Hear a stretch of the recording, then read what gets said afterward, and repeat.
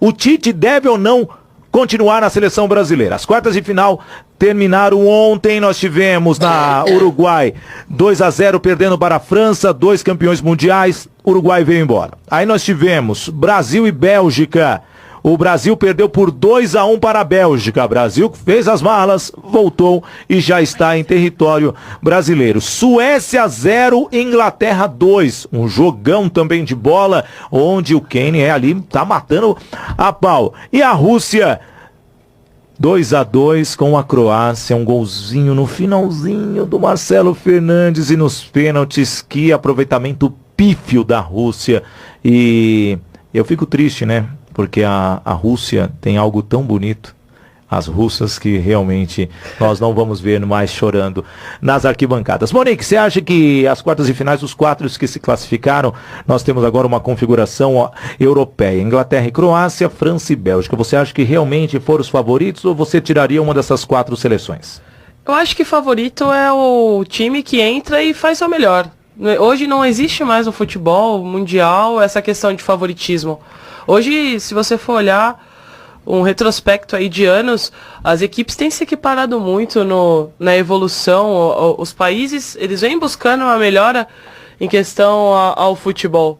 Então, hoje você olha o mercado asiático, o mercado europeu, até os sul-americanos mesmo, o quanto evoluíram. Não me surpreende uma Croácia estar indo para uma semifinal, uma Bélgica está indo para uma semifinal, uma Inglaterra indo para uma semifinal, porque, querendo ou não, Croácia e Bélgica não são times tradicionais, só que são times que vêm numa crescente em relação ao futebol muito grande. Eu me surpreendo do Brasil não ter passado, acho que tinha uma excelente seleção, eu acho que tinha condições de ter passado, mas eu acho que a Bélgica, no seu melhor momento, foi muito superior em questão de partida em cima do Brasil. Realmente, foi um jogão de bola. O Brasil, acredito que teve alguns erros, na minha opinião, nós vamos falar muito, mas Henrique, quero saber de você, dos 4, você tiraria alguém ou não?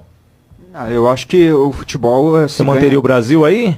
Eu acho que se ganha dentro de campo, né? Como você mesmo disse, Sidney, eu acho que o Brasil cometeu vários erros que a gente pode discutir, e aí você comentou antes de começar a respeito do Tite, se ele deve permanecer ou não.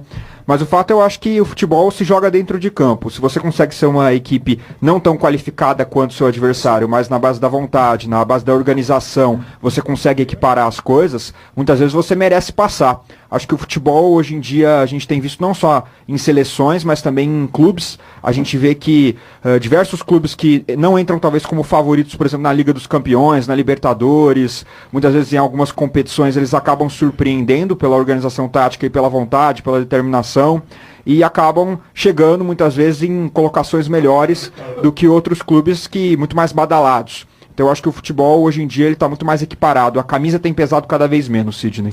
Muito bem, 3h10. Daqui a pouquinho nós vamos ter também entrevistados. Estela, para você acha que Uruguai, França, Bélgica, Inglaterra e Croácia foram realmente mais fortes do que Uruguai, Brasil, Suécia e Rússia, respectivamente, ou não? Eu acho que a Bélgica passou porque mereceu no jogo, durante o jogo, e realmente igual o Rai falou aqui, jogo é jogo, não tem dessa. Você pode ter a camisa que for, mas se você não tiver num dia bom, se você não der o seu melhor ali, você não vai passar. Então, mereceu. A França, sem dúvida, eu acho que tem sido o melhor time da Copa, vem sendo o melhor time da Copa. A Croácia, talvez, eu deixaria um pouco de fora, porque veio capengando ali, né, tropeçando, e passou. Mas acho que a Inglaterra vem mostrando um bom futebol, mas eu acho que a Croácia seria a única que eu tiraria dali. Eu quero ouvir a sua opinião, 3289-3580, 3253-4845, valendo um livro Além do Microfone, os improvisos de um mestre de cerimônias, um livro da editora Ser Mais, um livro qualificadíssimo para você que quer ser aí um apresentador de eventos. Então, venha comigo, pode ligar rapidinho, eu vou repetir o telefone, vou falar bem devagar, tá bom? 3289-3580. Eu pareço aquela voz que vem naquele GPS chato que nós temos no carro e de vez em quando ele não acusa nada e te manda para outra direção. E quem foi para outra direção foi o Brasil. Ah, o Brasil. Eu também, né, eu tava preocupado, você soube dessa? Não sei se vocês ouviram uma polêmica que alguns jogadores não queriam voltar no mesmo voo que o Neymar. Eles estavam com medo do avião cair. Entendeu a piada ou não? Foi boa essa, o Rafa está ali vibrando com tanta empolgação. Agora vamos falar sério, o Tite mostrou seu desempenho. Agora o meu comentário em relação ao próprio Tite. Eu acho que faltou, assim, vocês são jogadoras, vocês já tiveram vários treinadores, então vocês têm mais experiências do que eu para dizer se eu estou certo ou estou errado. Dentro de campo, vocês viveram as linhas do campo. Eu vivo a linha depois do campo como repórter, como narrador e como apresentador. A minha opinião é que o Tite passou muito a mão na cabeça dos jogadores. Ele levou para dentro de campo algo de fair play que numa Copa do Mundo não existe, numa competição tão assim o fair play. Tem que existir respeito mútuo ao companheiro de profissão. Você deve respeitar, dar uma entrada, tem entrada forte, mas tem entrada respeitosa. Nós não vamos dizer que no futebol o cara vai entrar com maldade. Alguns entram realmente para machucar, mas outros entram com gana. Quando teve aquele fato do jogador mexicano pisar no pé do Neymar, na minha opinião, e eu estou defendendo essa tese, faltou alguém para ir de frente com o juiz e reclamar. O Tite falou, não, segue o jogo, deixa, já vai ficar bom. Ou o pisão não existiu, ou foi um teatro, ou realmente ali o Tite perdeu a grande oportunidade de mostrar realmente que a seleção brasileira tinha uma certa austeridade em relação a se defender. Por que eu digo isso? Se fosse se tivesse dentro de campo um Edmundo, um Serginho Chulapa, um cara brigador, tá? Iria pra cima do mexicano e tinha arrebentado o Lion. Essa é a verdade. O cara teria sido expulso, então faltou um brucutu dentro da seleção brasileira ou alguém, um Dunga então, nunca teria, o cara no mínimo teria levado um cartão amarelo e foi o que não aconteceu. Jogo para as meninas que são nossas atletas. Monique, sua opinião? Eu tô pegando muito leve com o Tite, muito pesado. Vamos lá, eu vou falar por experiência de quem foi para uma Copa do Mundo, sabe como funciona lá, sabe o quanto é difícil chegar lá. A Esther teve comigo numa das Copas, ela também conhece bem. Bom, eu no meu lado como atleta, eu acho que o Tite não fez errado. Por quê? Hoje você tem uma limitação de cartões.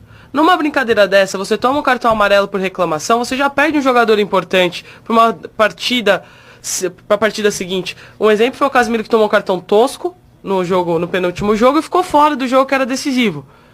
E um jogador como ele faz falta para uma seleção. Ele que estava segurando ali atrás. Então, eu acho que um jogador, tudo bem, ele podia reclamar, podia instigar o árbitro a dar o amarelo, mas não acho que iria mudar a situação de que o Lion pisou, porque no meu ponto de vista foi um antijogo dele, porque ele foi maldoso, ele foi pra pisar. Eu acho que o Tite teve toda a razão de não dar polêmica, porque a questão não é a polêmica do pisão, a questão é a seleção brasileira. A mídia em si coloca muito o fato do Neymar, o fato dele cair, o fato dele ser um jogador importante, mas esquece que você ali tá com um elenco e você depende desse elenco e dele estar literalmente concentrado e focado no objetivo final, que é a taça. Então, o meu ponto de vista, eu acho que o Tite não errou em não fazer polêmica em relação ao pisão. Também não acho que ele errou em não ter cobrado o cartão amarelo, porque foi nítido que o árbitro não ia dar. E os árbitros que estavam no VAR também não se manifestaram, entendeu? Em relação a isso. Que se tivesse se manifestado e o árbitro tivesse visto a imagem, com certeza teria expulsado o Lion, porque o Lion foi maldoso, ele foi pra machucar. Ele foi na maldade. Se ele estava irritado ou não com a situação do jogo, o problema é dele. Eu acho que ali, independente se você está ganhando ou você está perdendo, o respeito tem que prevalecer, como os bons profissionais que somos. Mas ali, é o que eu entendo, eu queria ouvir a Estela, depois o Rai também, que o Rai vive também como eu a parte externa. Você não foi jogador de futebol não, né, Rai? Com esse físico zoado que você tem. O que acontece? O que acontece? Eu vejo, se era um jogo mais rigoroso, ali, o Brasil estava com o poder na mão no jogo contra o México. Mas sendo um jogo mais rigoroso contra a Bélgica, que precisaria tirar um jogador, já que nosso time não estava conseguindo chegar no gol, eu acho que uma polêmica ali, uma agitação e perder um jogador como... Depois eu vou falar do Fernandinho. tá? Como o Fernandinho seria um momento, mas a gente não teve isso. Estela, sua opinião sobre dentro de campo. Copa do Mundo também, feminina. Eu acho que nessa parte aí de É Estela para nós, mas é Esther para o Brasil. Esther. Eu acho que nessa questão do lance em si, tudo bem, faltou uma cobrança um pouco maior, tal, mas é igual a Monique falou, se o pessoal que estava ali no vídeo, ninguém se manifestou, realmente eles não iriam chegar a dar um cartão, acho. Mas, falando de questão de Tite, eu acho que o Tite pecou em realmente passar a mão na cabeça dos atletas na questão de tá mal, troca. Não tem tempo para dar a segunda chance. A Copa do Mundo é ali, acabou aquele jogo, acabou a Copa do Mundo. Por que não mudar? Por que ele não mudou antes? Foi mudar no final do jogo, onde já não tinha mais tempo para fazer tanta coisa. Por que não tirou o Fernandinho? Por que não tirou o William antes? Muda! Não tem tempo, não tem essa de ficar... igual ele falou na entrevista dele lá. O Fernandinho é um puta de um jogador. Joga muito, mas não tava no dia bem, não tava no dia bom. Troca. O do Fernandinho eu vou falar daqui a pouquinho, e vocês vão entender o meu lado. Rain, quero saber aí sua opinião, se faltou... Vamos falar a verdade, não é porque nós temos duas mulheres aqui, faltou homem dentro de campo, essa é a verdade. Faltou um cara ali pra chegar, joga a bola pra mim. Se eu for expulso, não tô nem aí que outro vai me substituir. Eu acho que na verdade o Tite ele cometeu alguns equívocos nessa Copa do Mundo que são imperdoáveis quando a gente fala de um campeonato de tiro curto, né? A Esther foi muito bem quando ela frisou na situação de que você vai na Copa do Mundo, você tem 7 jogos. São 7 jogos, é isso que você tem que fazer. E voltar com a taça. Então eu acho que na verdade o Tite ele erra em alguns pontos. Eu selecionei 3 pontos, Sidney, que na minha opinião eu acho que o Tite vacilou. Primeiro deles, a não variação tática do time ao longo da preparação para a Copa do Mundo, ou seja, você apostou num modelo de jogo com um tripé de meio de campo formado por Casemiro, Paulinho e Renato Augusto. O Renato Augusto na reta final do ano passado e também do começo desse ano ele não vinha bem, então era a hora de você pegar os amistosos, de você pegar aqueles 4 jogos que o Brasil já estava classificado nas eliminatórias e que as seleções iam babando para tentar a classificação, para você fazer testes, essa mudança de esquema. Ele deixou para chegar na Copa do Mundo e colocar o William no lugar do Renato Augusto, quer dizer, um jogador totalmente diferente, e você tira o Coutinho da ponta esquerda para passar para o meio, que é a função do Renato Augusto. Quer dizer, faltou entrosamento, faltou tempo para treinar essa formação.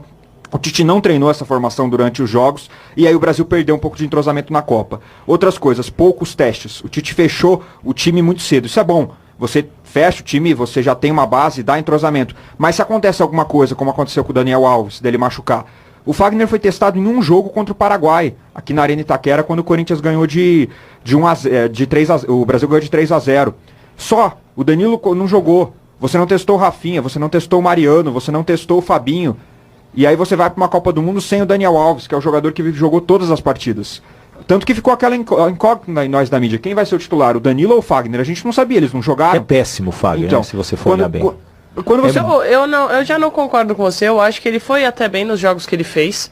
Só que ele é um jogador mais limitado. A gente tá falando de um Daniel Alves, que é um dos melhores jogadores do mundo. Nós saímos de 100% para 25%. Sabe que me lembrou o Fagner? Vocês são mais jovens.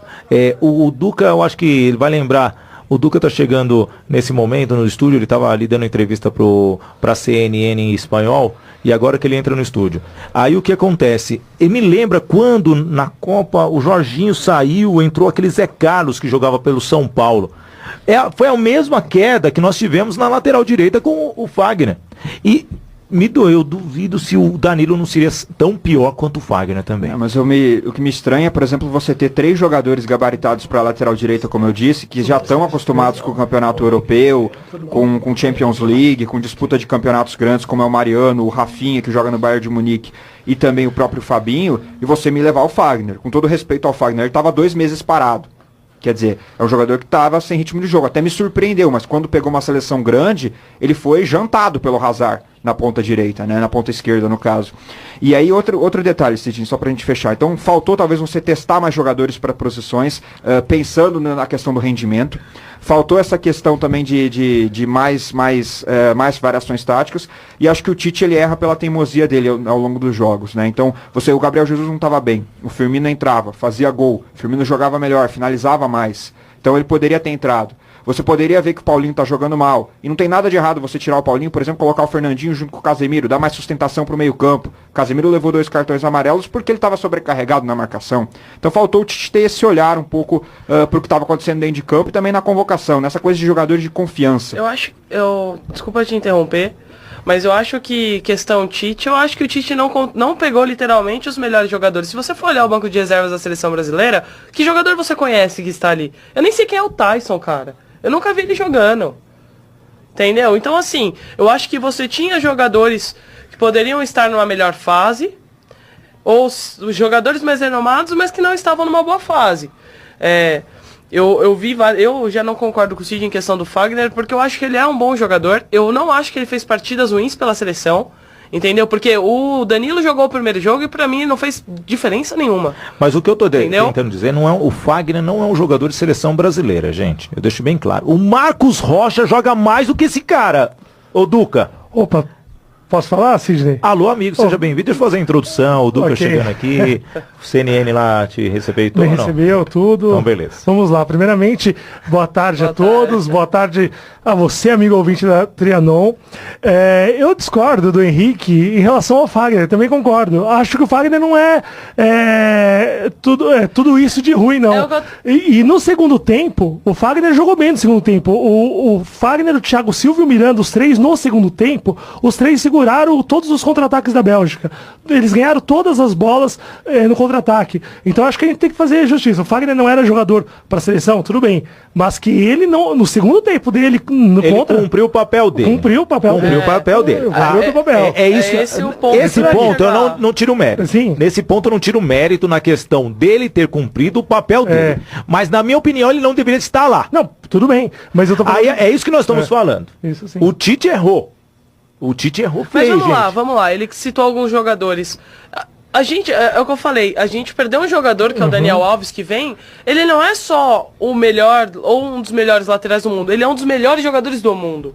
O cara é muito bom no que ele faz, é igual o Marcelo. Eu acho que o Fagner se sobrecarregou na lateral direita porque o Marcelo tem uma saída de bola muito mais eficiente que ele. Então o Marcelo tinha muito mais liberdade para jogar pela esquerda, até porque é o lado que cai o Neymar, é o lado que cai os melhores jogadores da seleção, e tinha muito mais liberdade para jogar. Isso era nítido. A seleção ela era capenga. Sim, isso era fato.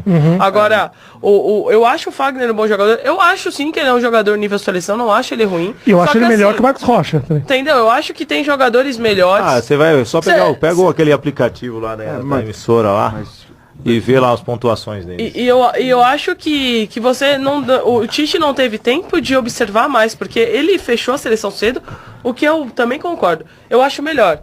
Como é que você vai jogar um campeonato? A gente fazia preparações, muitas vezes, e quando começava a trocar muita equipe, né, Esther? Tipo... Era muito difícil, porque você não consegue dar uma sequência. Então você vai tá fechando a equipe, uma machuca, a outra não é convocada, que estava indo bem, mas não é convocada, ele convoca outra peça, essa peça não se encaixa. E aí quando você está começando a criar forma, você tira alguém que é importante, ou alguém que dá consistência ao sistema tático. Eu não achava o sistema da seleção ruim. Eu acho que o Coutinho fez muito bem a posição pelo meio. Só que eu não usaria o losango, por exemplo. Eu, se fosse técnica, não usaria o losango, porque o Coutinho só para ocupar um espaço enorme dentro do campo. E que você não teria mobilidade. Por exemplo, o Paulinho perdeu total a característica dele, porque ele jogava atrás do Felipe Coutinho. Ô, Monique, posso fazer uma pergunta? O Brasil nas eliminatórias jogou muito bem com Casemiro, Paulinho e Renato Augusto. Você acha que a saída do Renato Augusto do time titular e essa mudança de esquema prejudicou o desempenho do Paulinho, ou você acha? Que sim, é o que eu tava falando, porque se você olhar... Ela comentou logo de cara. O losango, se você comentar o losango, o Paulinho jogava atrás do Coutinho, o Paulinho não tinha espaço para infiltrar. O gol que saiu do Paulinho, se vocês analisarem ele de cima, você vai ver que o Coutinho escorregou e o Paulinho veio pelo meio, que é o que ele faz. Só que com o jogador fazendo esse para-brisa, você não tem espaço para entrar. Aí o Paulinho, ele era obrigado a ficar. Então às vezes dá a impressão, puta, o cara tá jogando mal, o cara não tá fazendo o que ele sabe fazer, mas não, ele tá limitado pelo sistema tático e não tem espaço para fazer. Que não foi muito testado, né? Olha...